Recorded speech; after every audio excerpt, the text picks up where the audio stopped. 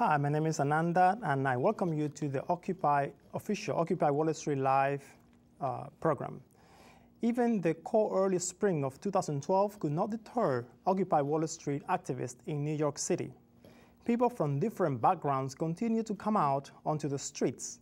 The agenda driving all the protesters remains the same: income inequality, corruption among banks and multinational corporations, foreclosures, climate change, police brutality, and above all, the need to get together and talk in person, not just via mobile phones.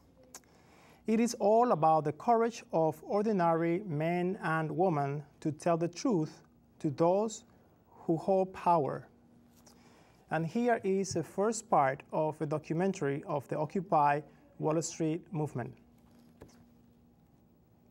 We are standing in front of Chicago Mayor Rahm Emanuel's home. Today is May 19th and you're watching Inside Out News.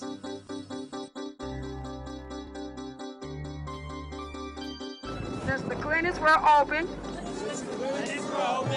I have been getting lots of support.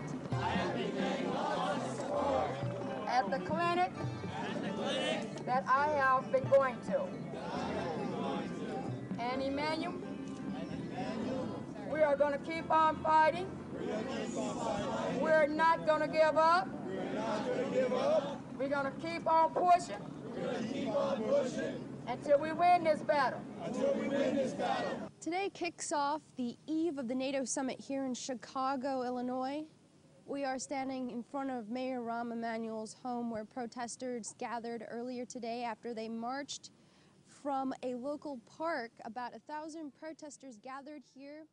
Hi, we have been having some technical difficulty, and now we're going to play you the video of the Occupy Wall Street documentary. That video should be coming very shortly, and actually the video reflects some of the demands from the occupiers who come out in the streets and start demanding that banks be held accountable. All 12 of the neighborhood. I think that we have the video ready. I may have closed 6 of our clinics, and none of them is lying. We have people dying. Since April 9th, we got 2 dead and 15 admitted in the hospital. And that's why I'm fighting. Chew that gum. Chew that gum.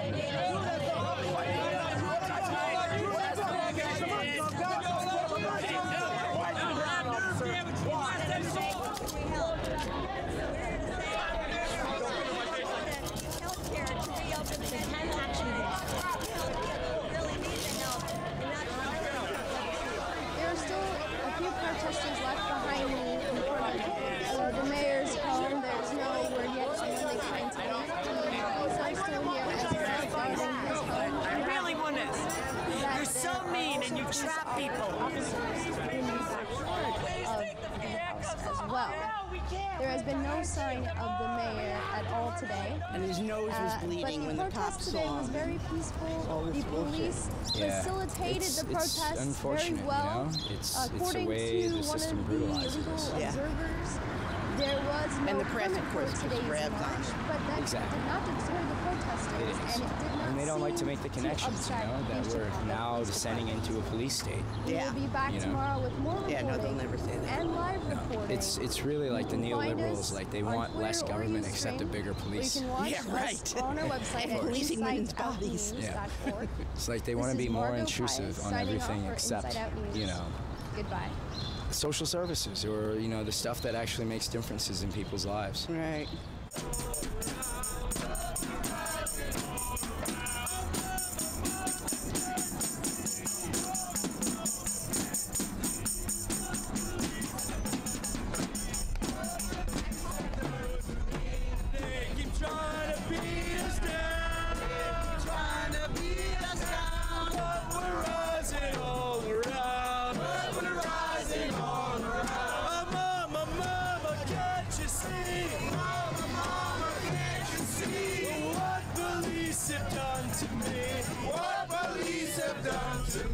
They keep on trying to beat us down, but we're rising all around. But we're rising all around.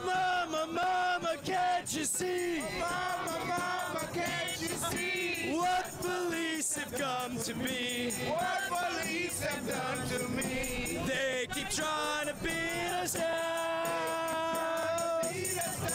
But we're rising all around.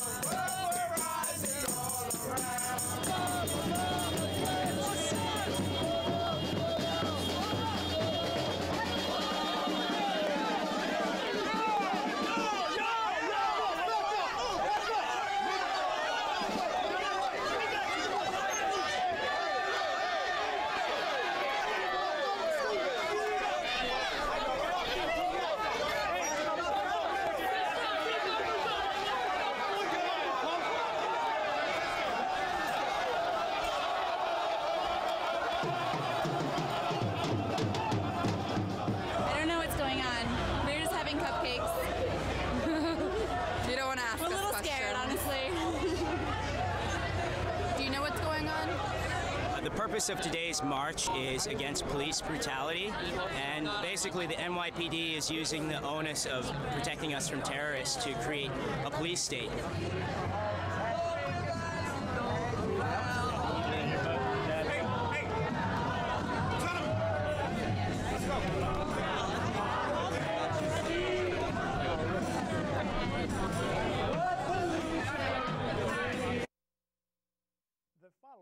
Is a reading from an open letter by comrades from Cairo regarding Egypt's recent election.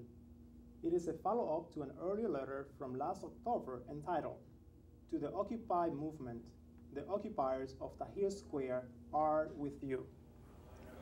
To you at whose side we struggle.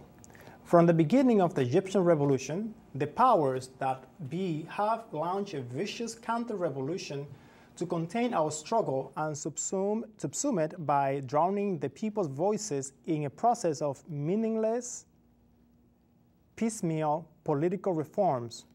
This process aimed at deflecting the path of revolution and the Egyptian people's demands for bread, freedom, and social justice. Only 18 days into our revolution, and since we forced Mubarak out of power, the discourse of the political classes and the infrastructure of the elites, including both state and private media, continues to privilege discussions of rotating ministers, cabinet reshuffles, referendums, committees, constitutions, and most glaringly, parliamentary and now presidential elections.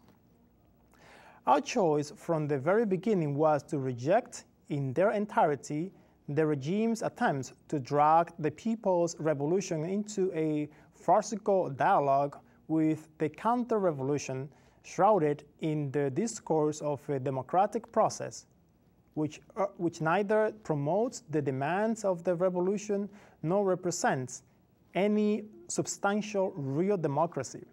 Thus, our revolution continues and must continue.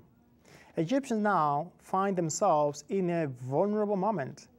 Official political discourse would have the world believe that the technologies of democracy presently spell a choice between two evils. These are Ahmed Shafiq, who guarantees the consolidation of the outgoing regime and its return with a Venghis, openly promising a criminal assault on the revolution under the fascist spectres of security and stability, and the false promise of protection for religious minorities against whom the regime systematically stages assault and isolation as part of its fear-mongering campaigns.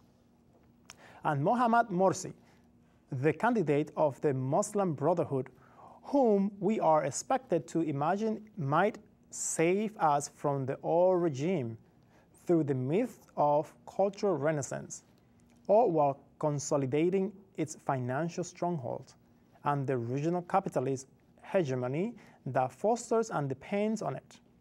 For a climate of rampant exploitation of Egypt's people and their resources.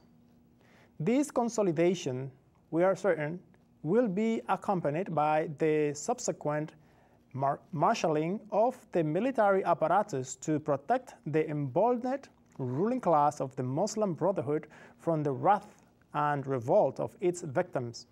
the multitude whom the leaders of the organization have historically fought by condemning and outlawing our struggles for livelihood, dignity, and equality. According to election officials, most voters themselves, 75%, have chosen neither Shafik nor Morsi in the first round of elections. We refuse to recognize the choice of lesser of two evils when these evils masquerade in equal measure for the same regime.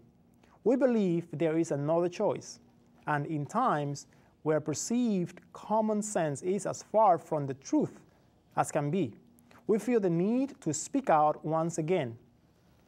We perceive the affair of presidential elections in Egypt as an attempt by the as yet prevailing military junta and its counter-revolutionary forces to garner international legitimacy, to cement the existing regime and deliver more lethal blows to the Egyptian revolution. We ask you to join us in resisting the logic of this process that seeks to further entrench the counter-revolution. Our struggle does not exist in isolation from yours. What is revolution but the immediate and uncompromising rejection of the status quo, of militarized power, exploitation, class stratification, and relentless police violence, just to name a few of the most basic and cancerous features of society in the present moment. These structural realities are not unique to Egypt or the Egyptian revolution.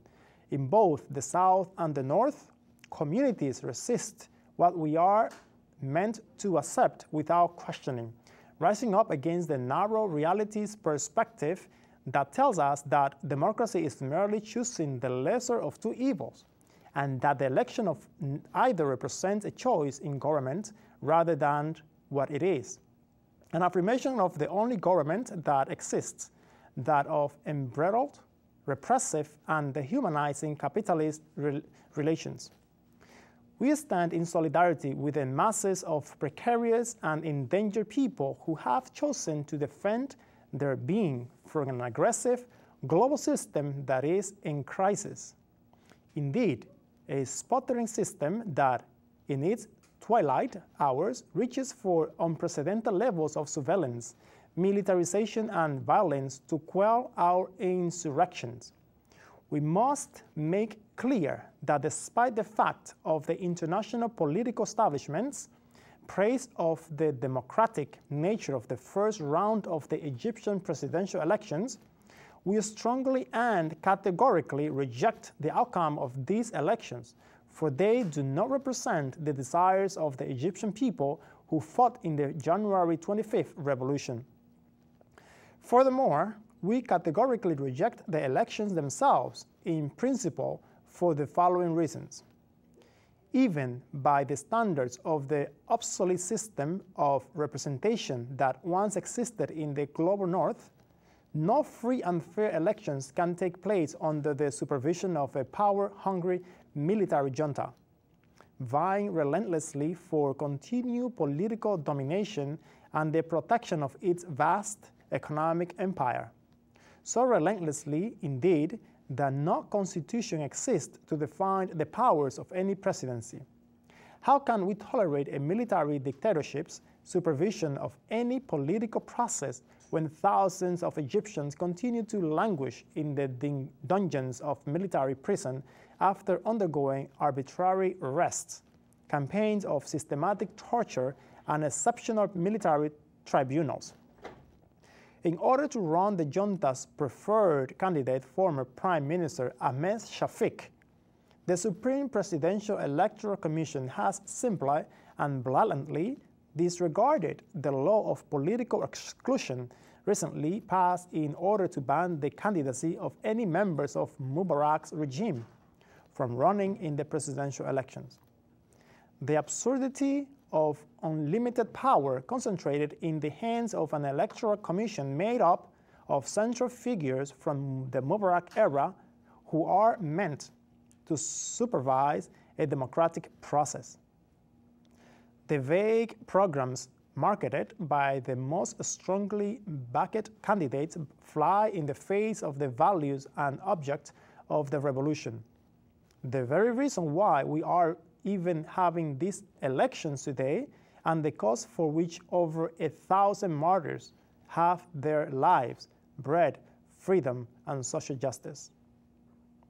If these elections take place and are internationally recognized, the regime will have received the world's stamp of approval to make void everything the revolution stands for. If these elections are to pass while we remain silent, we believe the coming regime will license itself to hunt us down, lock us up, and torture us in an attempt to quell all forms of resistance. We continue on our revolutionary path, committed to resisting military rule and putting an end to military tribunals for civilians and the release of all detainees in military prisons. We continue to struggle in the workplace, in schools and in universities, and with popular committees in our neighborhoods. But our fight is as much against the government and systems supporting the regime that suppresses us.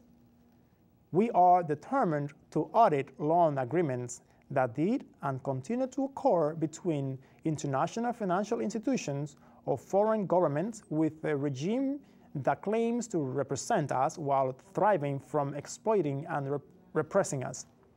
We call on you to join us in our struggle against the reinforcement of the counter-revolution. How will you stand in solidarity with us?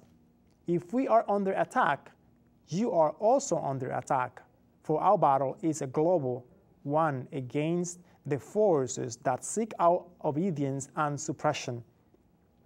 We stand with the ongoing revolution, a revolution that will only be realized by the strength, community, and persistence of the people, not through a poisonous referendum for military rule.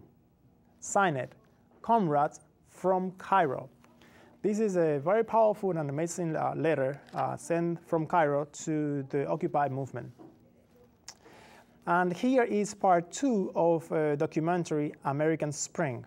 I believe the video is ready. The public.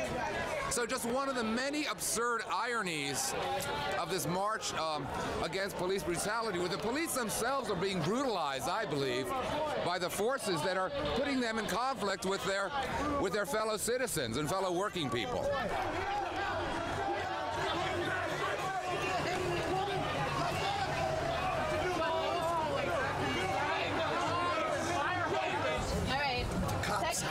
Hey Ray, you need anything? Yeah. I'm all right. You okay? Yeah. You guys want to help me out there? Yeah. What do you want me to do? Just check his consciousness, make sure that he's. Yeah. No. Because he seems a little dizzy. Did he fall? Oh, he got hit by some. He fell and they hit him in the head. Just putting a little bit of a splint on it so we can try to get him somewhere else.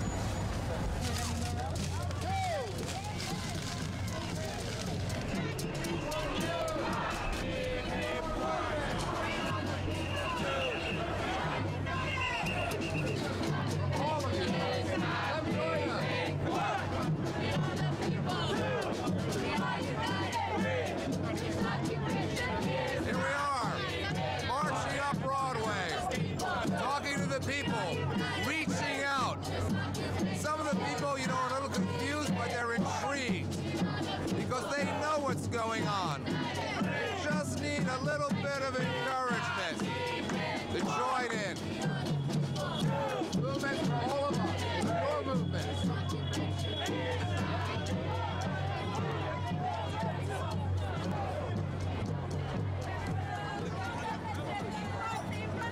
About the protest, I mean, I think that it's raising a lot of awareness. I think it's good. I think that the agenda needs to become a little more clear for us to be able to actually get things accomplished, but I think the heart of it is beautiful, and I think it's good. I mean, hopefully that something will come out of this.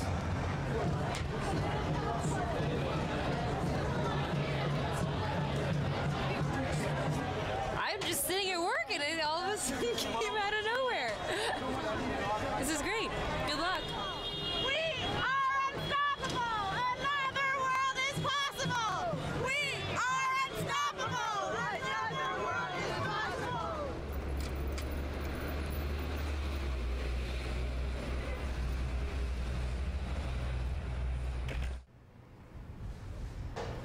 to get to see the office of Occupy.com. It's the newest media platform for the Occupy movement, for the 99%. I don't think any press has been here yet, so come on in. 6 companies, corporations, own the entire mass media in this country. We have to create our own media platforms, and Occupy.com is going to be one of those. People can kind of see connect with the website, connect with the community, and get activated with Occupy Wall Street. It's pretty exciting. We got our big May Day action coming up, so general strike. Pretty excited about that.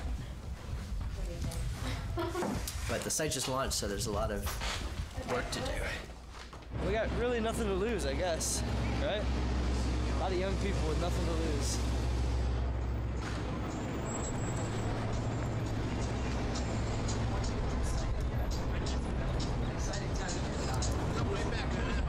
It really is.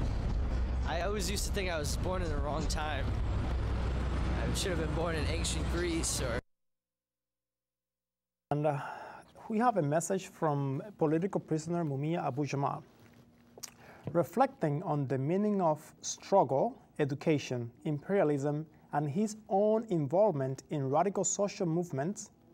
Revolutionary journalist and former Black Panther Mumia Abu-Jamal directly addresses the diverse community of organizers and activists who support and participate in the Occupy movement. The real deal is occupy everything, says Mumia.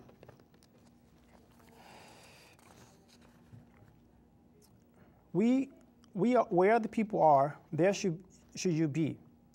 Where power and wealth are hurting the people, there should you be organizing, resisting, fighting back, winning a better world. Keep on rolling, keep on moving, and while you do it, treat each other as brothers and sisters, compañeros and compañeras. Let's listen to his message.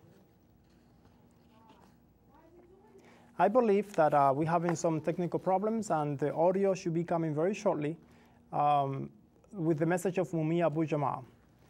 We also know that Mumia Abu-Jamal has been incarcerated for more than 20 years. I think that the audio should be coming very shortly. Okay, I think that we're having some technical difficulty. So, Mumia Abu-Jamal is an African-American writer and journalist, author of 6 books and hundreds of columns and articles, who has spent the last 29 years on Pennsylvania's death row. Okay, I was cute that the audio is ready. Let's go to the audio now. This is not only for short-time gains necessary. Are swinging a giant wrecking ball toward you everything and your tomorrow. Where the people are. If that doesn't fuel you, what will? Power and wealth are hurting the people. What will? You should be organized. If you would be the 99% back, winning the 99%. You will succeed if you fight hard enough. For despite what the corporate media, the real deal is the majority of the people are on where the people are. There you're voicing their concerns, power their fears, and wealth are hurting, and their sense of mass betrayal. You should be organized. It has largely been the corporate Dow Jones reporting media that has betrayed their readers, if you fight hard and viewers, for despite what the corporate media echoes, the majority of the people are on your side. You're voicing their concerns, their fears, and their sense of mass betrayal.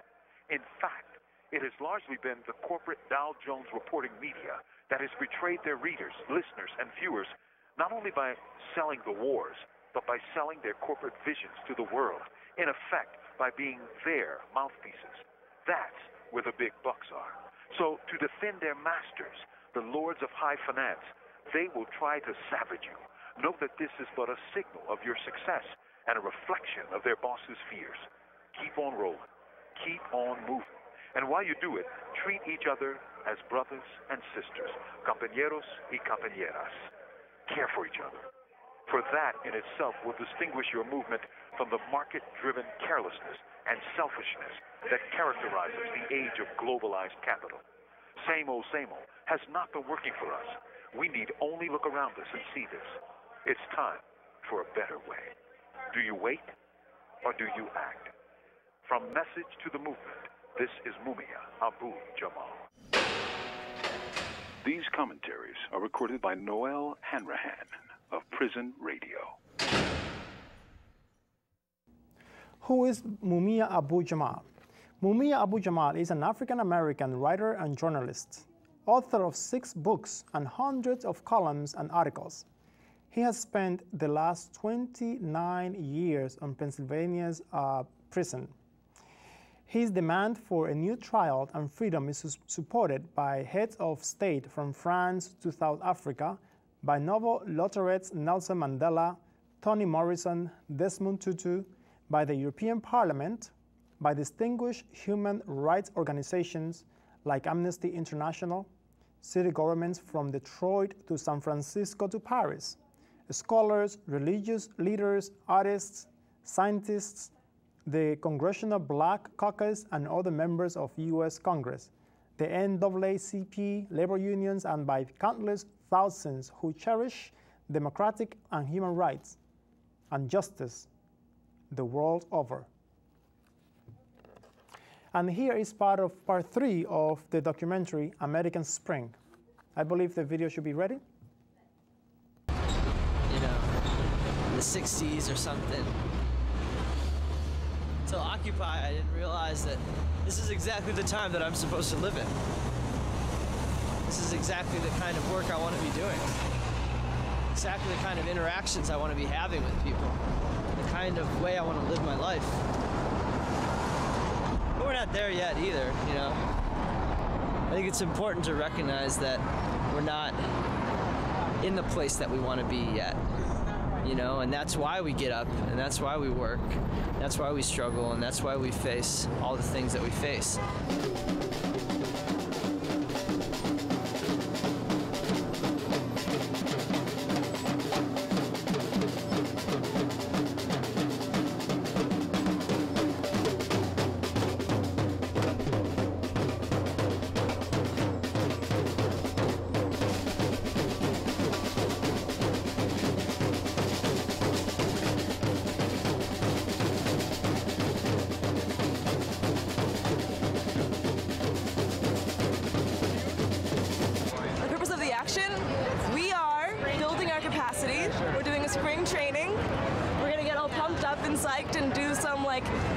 Do some exercises, do some jumping jacks and push-ups, and we're going to march on Wall Street just so that they know that we're coming for them on May Day and after all summer. This is just training. We're just training. We're getting ready. We're getting ready for everything. Another thing we can do is start combining some of these commands. So you can wall up. And then melt. Well, in a wall.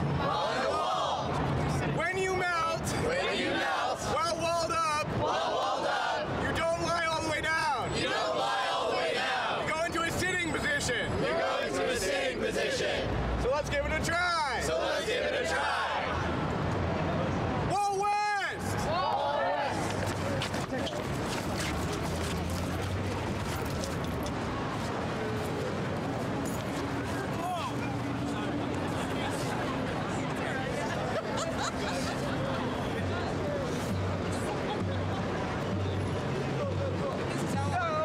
When we sit down like this, it's still really important to make sure that everyone's still really tight. So it's a lot easier to grab people when they aren't really close together, and they can grab each other back. So let's see how close together we can get without hurting each other here.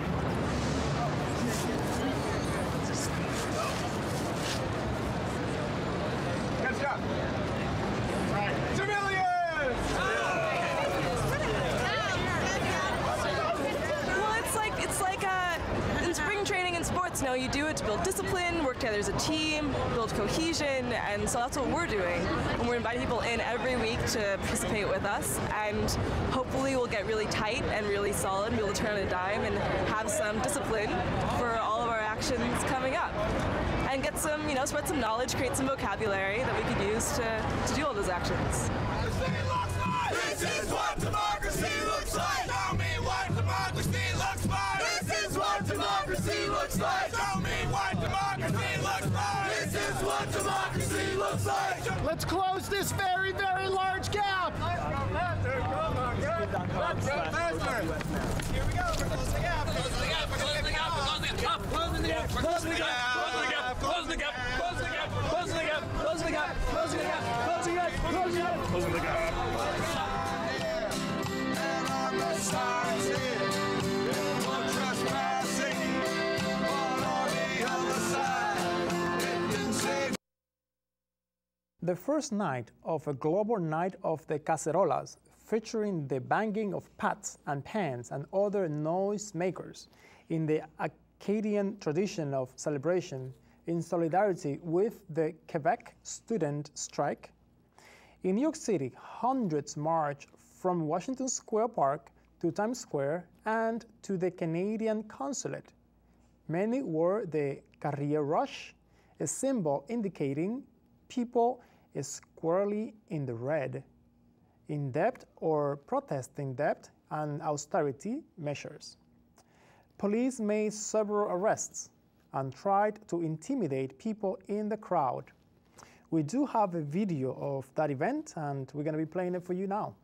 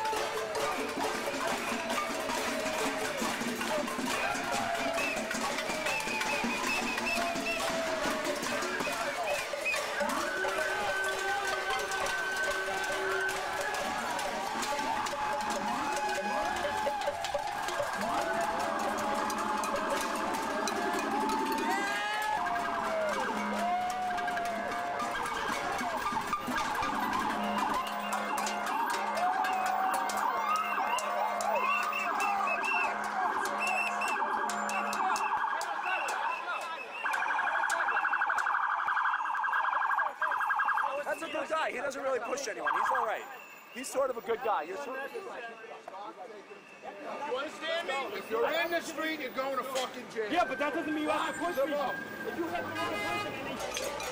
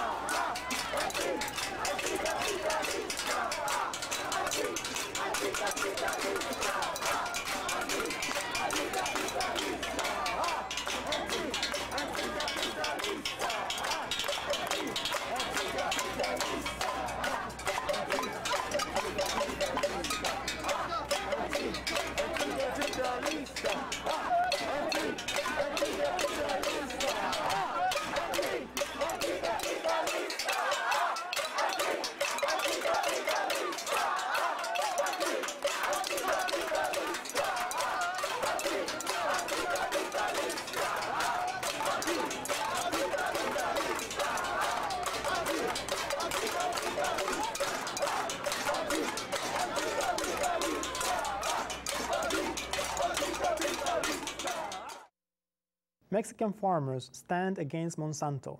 The following story is by Alfredo Acedo and first appeared on Organic Consumers Association. Progressive small farmers organizations in Mexico have scored a victory over transnational corporations that seek to monopolize seed and food patents.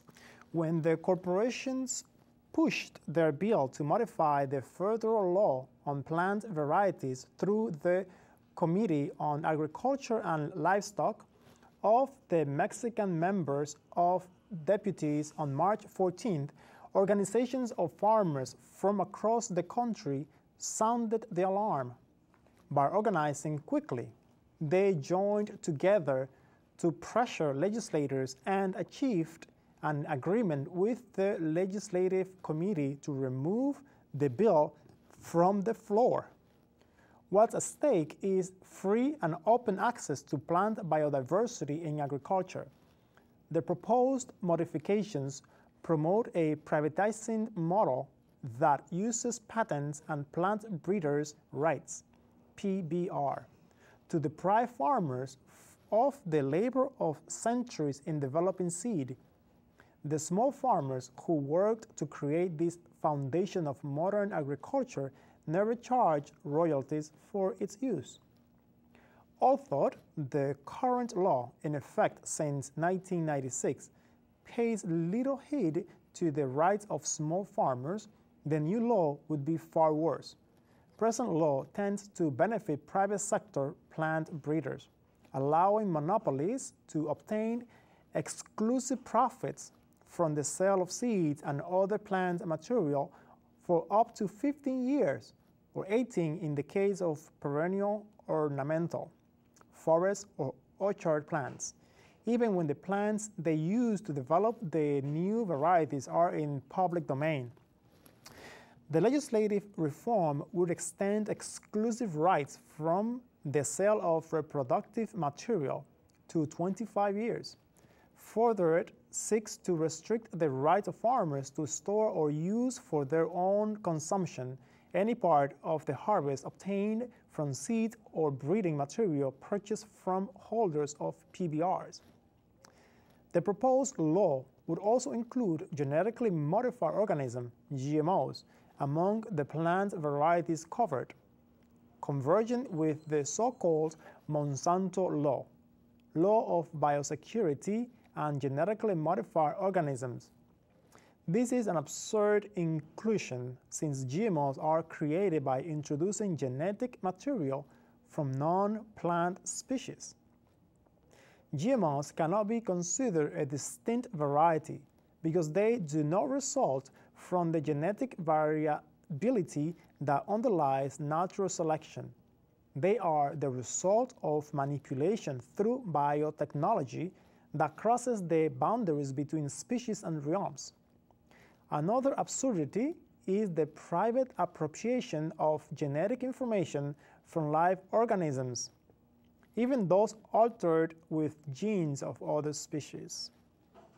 The proposed law would create a Monsanto police by giving the National Service for the Inspection and Certification of Seeds the authority to order and conduct inspection visits, demand information, investigate suspected administrative infractions, order and carry out measures to prevent or stop violations of PBR, and impose administrative sanctions, which are increased by the proposal.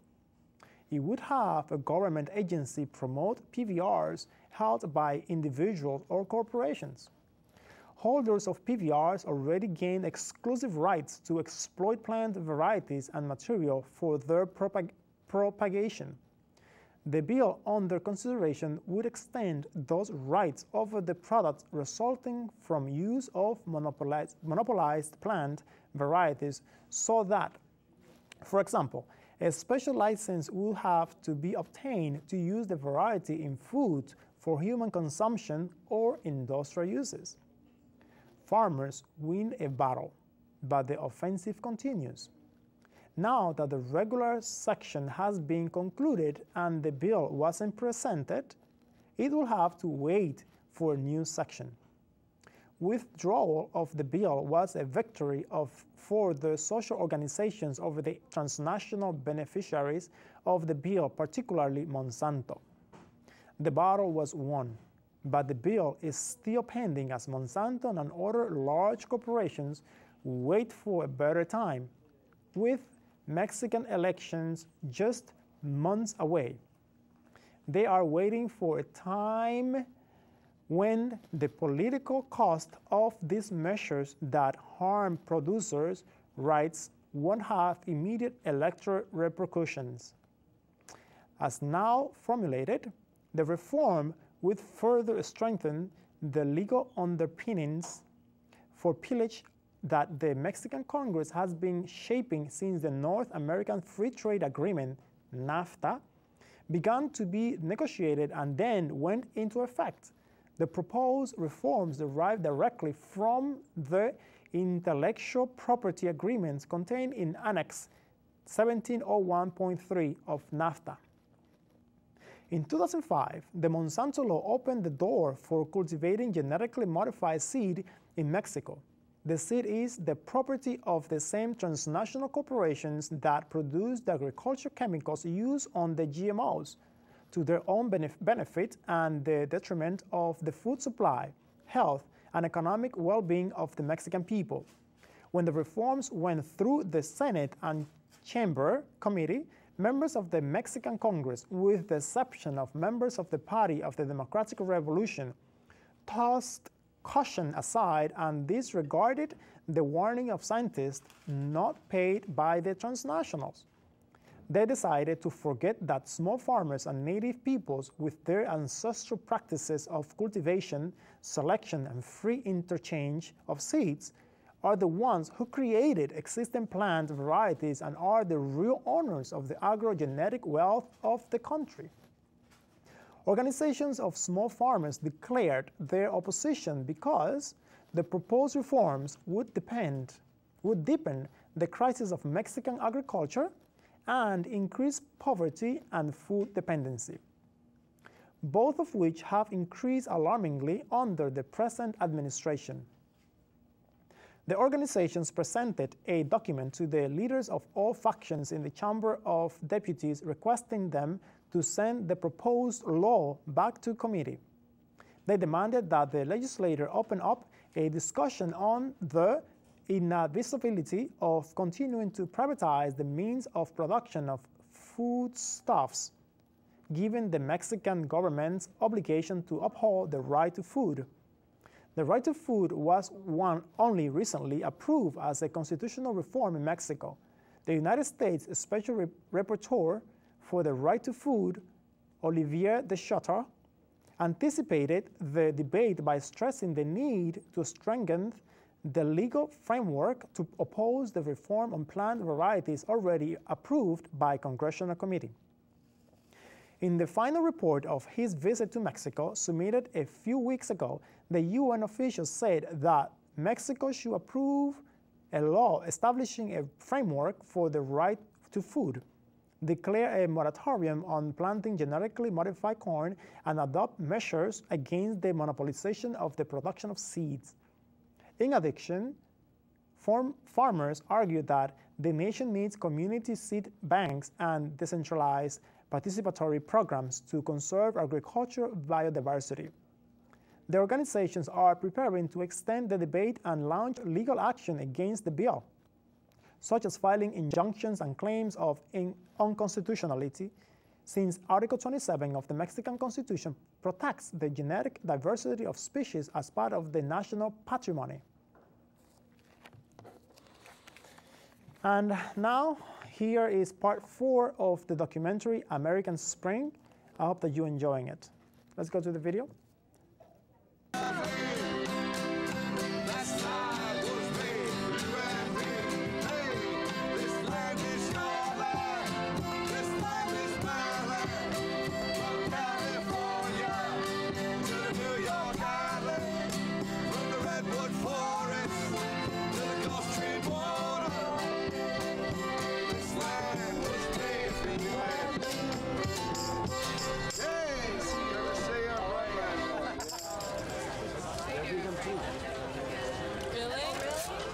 Right now we are at the Fort Greene Occupy Town Square. And Occupy Town Square is a roving pop-up occupation that shows up in a different park each weekend.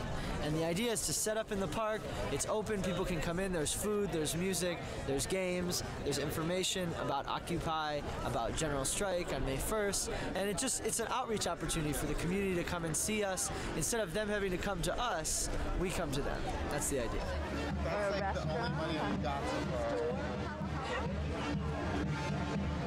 This is the Wheel of Immorality. It proposes various outcomes, all misfortunate, all unfortunate, for people to discover. They feature these OccuCards, which are, they reveal the unfortunate circumstances that we all live in right now.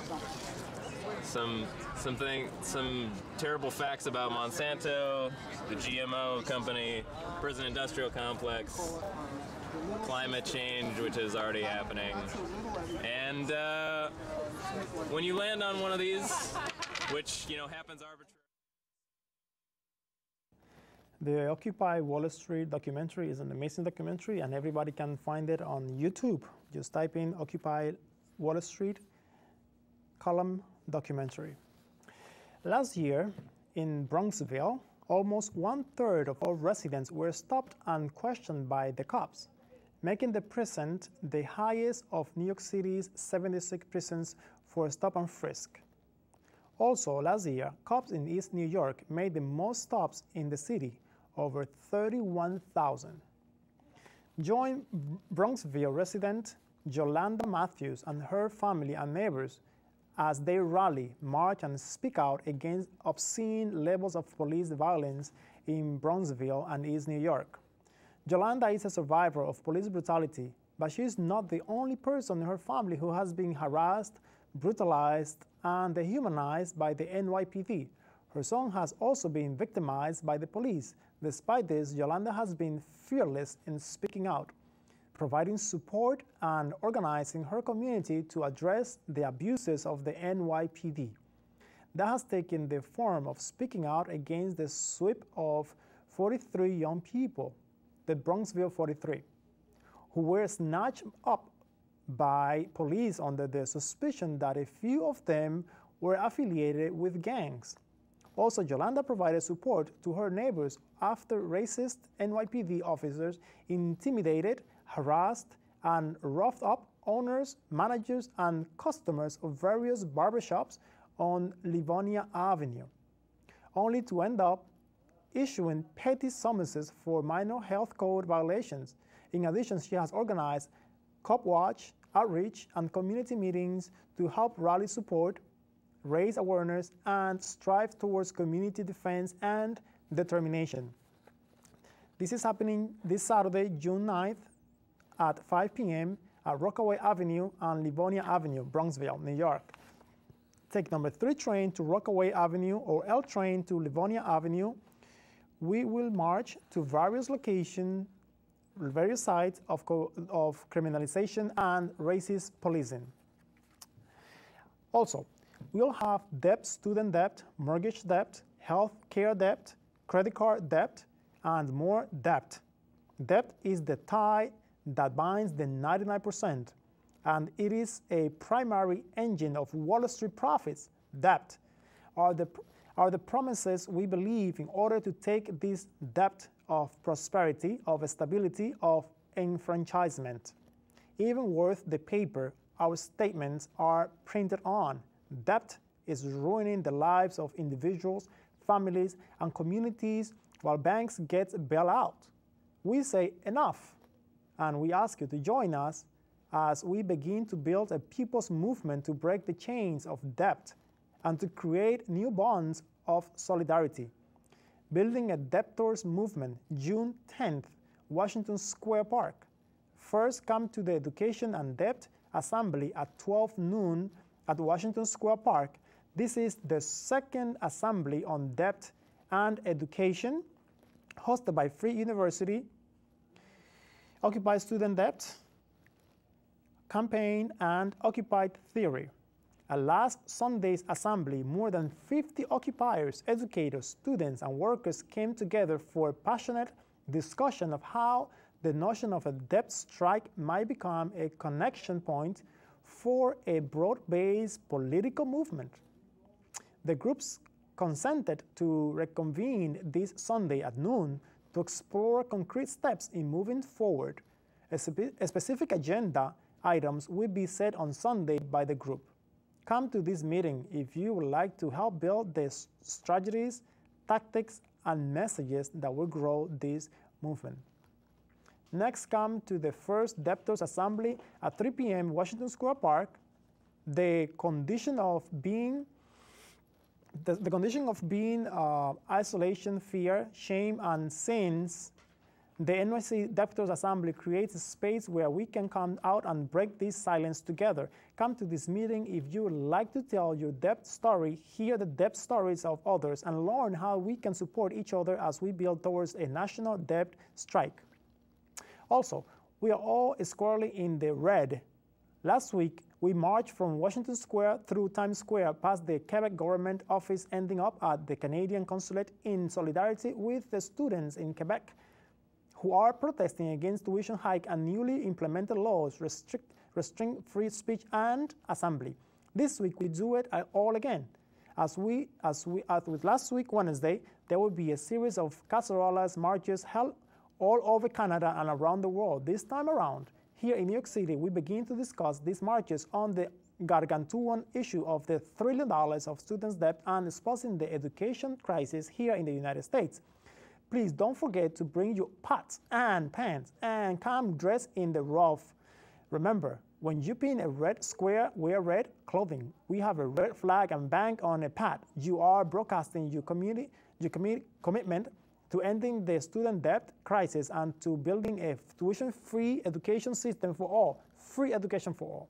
And save the date to June 22nd when we are calling for a national day of actions against student debt. The New York City Infinite Strike Group went Saturday, June 9th at 8 p.m. We're at Washington Square Park. And now, we have a reading from Leona Peltier, Prison Writers, My Life is My Sundance, edited by Harley. This is happening in New York City at 4 p.m. at Indian Cafe, Broadway and 108th Street. And we come to the conclusion to our Occupy Wall Street live news program. And we thank you very much for joining us. The movement has been taking force. The weather is getting warmer. More people are coming out. There's more strategies. There's more people getting involved. There's more planning. It doesn't matter that Mayor Bloomberg has removed people from the park. We're still organizing. Thank you very much, and see you next week.